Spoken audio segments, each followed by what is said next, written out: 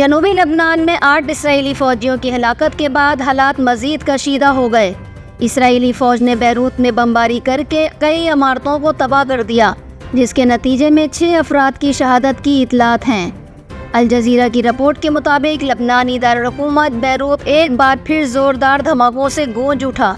رات گئے بیروت کے جنوبی علاقے داہیہ میں 3 زوردار دھماکوں کی آوازیں سنی گئی ہیں۔ اسرائیلی فوج اور حزب اللہ کے درمیان جنوبی لبنان میں شدید لڑائی تاحال جاری ہے، جبکہ رات بھر وسطی بیروت میں اسرائیلی فضائی حملوں میں کم از کم 6 افراد ہلاک اور 8 زخمی ہوئے ہیں۔ جنوبی لبنان میں 8 اسرائیلی فوجیوں کی ہلاکت کے بعد حالات مزید کشیدہ ہو گئے۔ اسرائیلی فوج نے بیروت میں بمباری کر کے کئی عمارتوں کو تباہ کر دیا، جس کے نتیجے میں 6 افراد کی شہادت کی اطلاعات ہیں۔ الجزیرہ کی رپورٹ کے مطابق لبنانی دارالحکومت بیروت ایک بار پھر زوردار دھماکوں سے گونج اٹھا۔ رات گئے بیروت کے جنوبی علاقے داہیہ میں 3 زوردار دھماکوں کی آوازیں سنی گئی ہیں۔